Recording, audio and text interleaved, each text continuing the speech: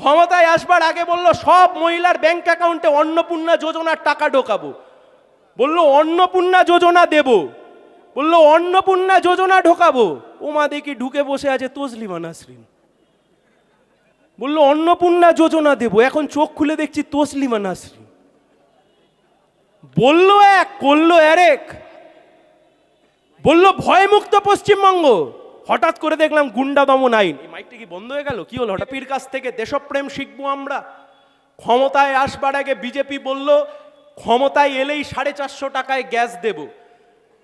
এখন 450 টাকায় গ্যাস না দিক, কিন্তু মন্ত্রীরা যে আকচার গ্যাস দিচ্ছে সেটা আমরা দেখতে পাচ্ছি।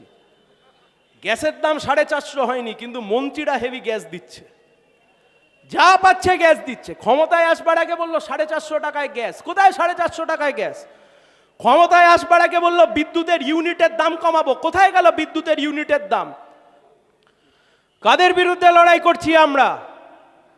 সরাসরি লড়াই। মাঝখানে কোনো কুচো ফুল নেই, মাঝখানে কোনো বেল ফুল নেই, মাঝখানে কোনো জুঁই ফুল নেই, মাঝখানে কোনো তৃণমূল নেই, ওই ঘাসের ওপর 3টে ফুল, কিচ্ছু নেই। একদিকে আছে বিজেপি, একদিকে আছে বিজেপির চিহ্ন, বিজেপির প্রতীক, একদিকে আছে বিজেপির মতো সাম্প্রদায়িক দল, ফ্যাসিস্ট দল, যারা দেশের সংবিধানকে নষ্ট করতে চাইছে, ধ্বংস করতে চাইছে, মানুষে মানুষে হিন্দু মুসলমানের নামে বিভেদ সৃষ্টি করতে চাইছে, পেট্রোল ডিজেল রান্নার গ্যাসের দাম বাড়িয়ে মানুষের জীবন যন্ত্রণাকে বাড়িয়ে দিচ্ছে। সাধারণ বেকার যুবক যুবতী, তাদের হাতে চাকরি নেই, কাজ নেই।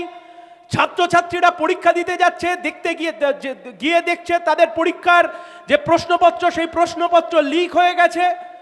গোটা ভারতবর্ষটাকে যারা আম্বানি আর আদানির হাতে তুলে দিতে চায়, গোটা ভারতবর্ষের সংবিধানকে যারা বদলে দিতে চায়, যারা দেশের স্বাধীনতাকে অস্বীকার করতে চায়, যারা এদেশের 130-40 কোটি মানুষকে হিন্দু মুসলমানের নামে ভাগ করে মানুষে মানুষে দাঙ্গা লাগাতে চায়, সেই দলের সাথে সরাসরি লড়াই। আর ওই বিজেপির সাথে যদি সরাসরি লড়াই করতে হয়, লাল ঝান্ডা ছাড়া ও লড়াই কেউ লড়তে পারবে না। লাল ঝান্ডা, লাল ঝান্ডা, লাল ঝান্ডা।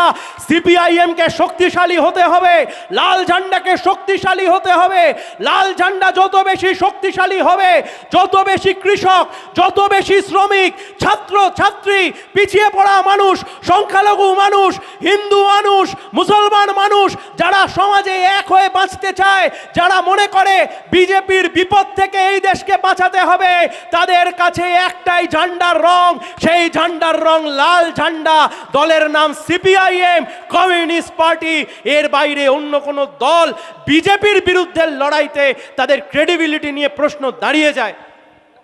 আমরা বারংবার বলেছিলাম, এই তৃণমূল 2011 সালে গোটা রাজ্যে যখন জিতেছে, ভাঙড়ে হেরেছে, আমরা বলেছিলাম এই তৃণমূল গোটা দেশ জুড়ে যখন বিজেপি, সেই বিজেপি যখন কেউটের ফোনা দেখাতে চাইছে, সেই বিজেপি যখন রাজ্যের দাপট দেখাতে চাইছে, আমরা সেই সময়তে রাজ্যের মানুষকে বোঝানোর চেষ্টা করেছিলাম লোকসভা ভোট বা লোকসভা ভোট বা বিধানসভার ভোট কোনো আলাদা বিষয় নয়। গোটা নির্বাচনী প্রক্রিয়া বাদ দিয়ে 365 দিনের রাজনীতিতে আমরা বোঝানোর চেষ্টা করেছিলাম আসলে আরএসএস এর বিভিন্ন রাজনৈতিক দলের মধ্যে যদি একটা হয়ে থাকে বিজেপি, তাহলে আরেকটা রাজনৈতিক দলের নাম হবে তৃণমূল কংগ্রেস। আমাদের দুর্ভাগ্য, আমরা সেদিনকে বোঝাতে পারিনি, আমরা মানুষকে বোঝাতে পারিনি, আমরা মানুষের মন জয় করতে পারিনি। গোটা পশ্চিমবঙ্গ জুড়ে, এমনকি এই ভাঙড়ের বুকেও লোকসভা নির্বাচন হতে পারে, গোটা পশ্চিমবঙ্গের বুকেও বিভিন্ন ক্ষেত্রে আমরা দেখেছি যে মানুষ হয়তো মনে করেছিলেন যে এই বিজেপিকে যদি তাড়াতে হয়, এই বিজেপির বিরুদ্ধে যদি লড়াই করতে হয়, তাহলে ও মমতা ব্যানার্জি একমাত্র পারবে, ওই দলই একমাত্র পারবে বিজেপির বিরুদ্ধে লড়াই করে দেশটাকে, রাজ্যটাকে বিজেপি বিরোধী জায়গায় তৈরি রাখতে, বিজেপির হাত থেকে এই রাজ্যকে বাঁচাতে। আর সেই দিনকে দাঁড়িয়ে এই যে পলাশ দা বলবার সময় বলছিলেন, কমরেড সূর্যকান্ত মিশ্র বলেছিলেন যে তৃণমূল যেদিন হেরে যাবে সেদিন তৃণমূলের দল থাকবে কিনা সবচাইতে বড় প্রশ্ন থেকে যায়। কিন্তু সিপিআইএম 1, 2, 3টে শূন্য আসন যাই পাক, সিপিআইএমটা মাথা তুলে দাঁড়িয়ে থাকবে। কেন বিজেপির বিরুদ্ধে লড়াই করছি? বিজেপিকে দেখতে খারাপ বলে লড়াই করছি? কেন বিজেপির বিরুদ্ধে লড়াই করছি? বিজেপির প্রতীক ভালো লাগে না বলে তার বিরুদ্ধে লড়াই করছি? না, না, বিজেপির বিরুদ্ধে লড়াই করছি তার কারণ বিজেপি একটা ফ্যাসিস্ট দল। বিজেপির বিরুদ্ধে লড়াই করছি তার কারণ স্বাধীনতার এতগুলো বছর পেরিয়ে যাওয়ার পরেও এরা দেশের সংবিধানকে ধ্বংস করতে চায়। স্বাধীনতার এতগুলো বছর পেরিয়ে যাওয়ার পরেও প্রতিদিন নিয়ম করে গোটা দেশের মানুষকে হিন্দু মুসলমানের নামে দাঙ্গা লাগাতে চায়। তাই আমরা জানতাম তৃণমূল দিয়ে বিজেপিকে বিরোধিতা করা ও কখনো সম্ভব নয়। আজকে তাকিয়ে দেখুন, এমনকি লোকসভা ভোটের সময়তেও আমি হাত তুলতে বলে বা দূর থেকে যদি আমি কাউকে বলি, আমি কাউকে বিড়ম্বনায় ফেলতে চাই না। এমন প্রচুর মানুষ আছেন, বিধানসভা ভোটে আমাদের জোটের প্রার্থী ছিলেন, কিন্তু লোকসভা ভোটে আপনারা মনে করেছিলেন যে সেই সময়তে তৃণমূলকে ভোট দিয়ে বিজেপিকে হারানো উচিত। সেই তৃণমূলের সাংসদ তিনি এখন কোথায়? তৃণমূলের সাংসদকে জিতিয়েছিলেন বিজেপির হাত থেকে বাঁচার জন্য। তৃণমূলের সাংসদ এখন বিজেপির কোলে উঠে গান গাইছে, হরি দিন তো গেল সন্ধ্যা হলো পার করো আমারে। হ্যাঁ, তৃণমূল দিয়ে বিজেপি তাড়াবেন? রাজনীতি আর অভিনয় যদি এত সহজ হয়ে যেত তাহলে সবাই রাজনীতি করতে নেবে। সবাই মানুষের ঘাম আর সেই ঘামে ভেজা শরীর তার সাথে নিজের আত্মাটাকে এক করে নিয়ে সবাই রাজনীতিবিদ হয়ে যেত। মুখে কিছু ফেস পাউডার মেখে ওই টিভিতে মুখ দেখিয়ে আর সিনেমার বড় আর্টিস্ট হয়ে যারা সেদিনকে রাজনীতিবিদ হয়ে আসলে যারা বিজেপির বিরুদ্ধে লড়াই করবার নাম করে যেমন খুশি তেমন সাজো প্রতিযোগিতায় নামতে এসেছিল, তাদের দিয়ে সিনেমা হতে পারে, তাদের দিয়ে রাজনীতি হয় না। এনসিপিআই ভালো তৃণমূল, খারাপ তৃণমূল, ঋত তৃণমূল, ফিত তৃণমূল, কালীঘাট তৃণমূল। আরে মানুষ মরে যাওয়ার পরে হয় কবরে যাবে নয় চিতায় যাবে, বাকিটা ইতিহাস হয়ে গেছে। যে নেই তাকে নিয়ে এত আলোচনা করে আর লাভ নেই। তৃণমূল বলে মে মাসের আগে কিছু ছিল, এই মুহূর্তে পশ্চিম বাংলার বুকে লাল ঝান্ডা বনাম বিজেপি। মাঝখানে কোনো তৃণমূল ও বালিশ তৃণমূল, এই তৃণমূল, ঋত তৃণমূল, কালীঘাট টালীঘাট ওসব আর কিচ্ছু নেই। তাহলে সহজ কথা, কে লড়বে? লড়বে সিপিএম। সিপিএম যদি লড়ে জেলও সিপিএমও খাটবে। সিপিএম লড়বে, সিপিএম জেলও খাটবে, সিপিএম মারও খাবে, কিন্তু সিপিএম ময়দান ছেড়ে চলে যাবে না, মাথা উঁচু করে দাঁড়িয়ে বিজেপির বিরুদ্ধে মোকাবিলা করবে। 1 মাসের কাছাকাছি হতে চলল লায়েক আলী জেল খাটছে। এই জেলার দক্ষিণ 24 পরগনা জেলা কমিটির সদস্য, বারুইপুর পশ্চিমের প্রার্থী ছিল, হেরে গেছে ভোটে, 3rd হয়েছে। এমনিতে আমরা সবাই 3rdই হচ্ছি আজকাল। মঞ্চে 1 2 মঞ্চে 2টো 3rd বসে আছে, দাঁড়িয়ে আছে আর কি। শেষের দিক থেকে আমরা প্রথম হয়েছি নির্বাচনে, কিন্তু মানুষের ভালোবাসা তো এখনো হারিয়ে যায়নি। লায়েক আলী বারুইপুর পশ্চিমের প্রার্থী ছিল। বিজেপি ক্ষমতায় আসবার পরে যতগুলো ধর্ষণের ঘটনা ঘটেছে তার মধ্যে একটা অন্যতম ধর্ষণ এবং খুনের ঘটনা ঘটল। একটি ছোট্ট মেয়েকে, একটি ছোট্ট বোনকে খুন করে, ধর্ষণ করে খুন করা হলো। পুলিশ কোনো রকমের কোনো তদন্ত করলো না প্রথমের দিকে।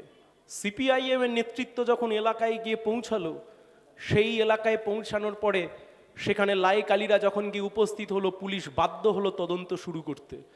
পরবর্তীকালে আমরা দেখতে পেলাম, পরবর্তীকালে আমরা জানতে পারলাম যাদের বিরুদ্ধে ধর্ষণের অভিযোগ তাদের কাউকে পুলিশ ছেড়ে দিয়েছে থানা থেকে। আমরা জানতে পারলাম যে ধর্ষণের বিরুদ্ধে যার অভিযোগ সেই ব্যক্তি বিজেপির নেতার সাথে ঘুরে বেড়াচ্ছে বারুইপুরে। এর বিরুদ্ধে লায়েক আলী লড়াই করেছে, এর বিরুদ্ধে লায়েক আলী কথা বলেছে। হ্যাঁ, গণপিটুনির ঘটনা ঘটেছে, আমরা গণপিটুনিকে সমর্থন করি না, কিন্তু লায়েক আলী কি গণপিটুনিতে উস্কানি দিয়েছিল? না, লায়েক আলী গণপিটুনিতে উস্কানি দেয়নি। লায়েক আলী মিডিয়ার সামনে দাঁড়িয়ে বলেছিল হিন্দু হোক বা মুসলমান, কোনো জাত ধর্ম না দেখে ধর্ষণকারীকে গারদে পুড়ে তাকে ফাঁসির দড়িতে ঝোলাতে হবে। আর বিজেপির নেতার সাথে ধর্ষণকারীরা যেভাবে ঘুরে বেড়াচ্ছে, থানা গ্রেপ্তার করবার পরেও এই ঘটনার তদন্ত চেয়েছিল সে। তারপর আমরা কি দেখলাম? রাজ্যের মুখ্যমন্ত্রী শুভেন্দু বাবু তিনি বারুইপুরে গিয়ে বলে দিলেন ভোটে হেরে যাওয়ার পরে কিছু অতৃপ্ত আত্মা তারা নাকি বারুইপুরের বুকে এই ঘটনা ঘটিয়েছেন। রাজ্যের মুখ্যমন্ত্রী তদন্ত শেষ হওয়ার আগেই গণপিটুনিতে যিনি খুন হয়েছেন তাকে তিনি ক্লিনচিট দিয়ে বলে দিলেন যে এই ব্যক্তি কোনো ঘটনার সাথে যুক্ত নয়, হিন্দু মুসলমান অ্যাঙ্গেল রয়েছে, সেই অ্যাঙ্গেল দেখে নাকি এই ব্যক্তিকে খুন করা হয়েছে। আসলে ওই টালির চাল থেকে যা যা বেরিয়েছে, ওই কালীঘাটের পাঠশালা থেকে যা যা বেরিয়েছে, একটা সময় দিদিমণি ছিলেন মুখ্যমন্ত্রী, পার্ক স্ট্রিটের ধর্ষণ কাণ্ডে তদন্ত হওয়ার আগেই বলেছিলেন সাজানো ঘটনা। সেই পাঠশালার প্রথম শ্রেণীর ছাত্রের নাম শুভেন্দু অধিকারী, যিনি তদন্ত শেষ হওয়ার আগেই ক্লিনচিট দিয়ে দিয়েছেন একজন ব্যক্তিকে, তিনি নিরপরাধ। আর সেই নিরপরাধের ক্লিনচিট পুলিশ সেই তদন্ত করতে গিয়ে লায়েক আলীকে গ্রেপ্তার করলো। একটা দুটো ধারা নয়, 27টা ধারায় মামলা দিয়েছে।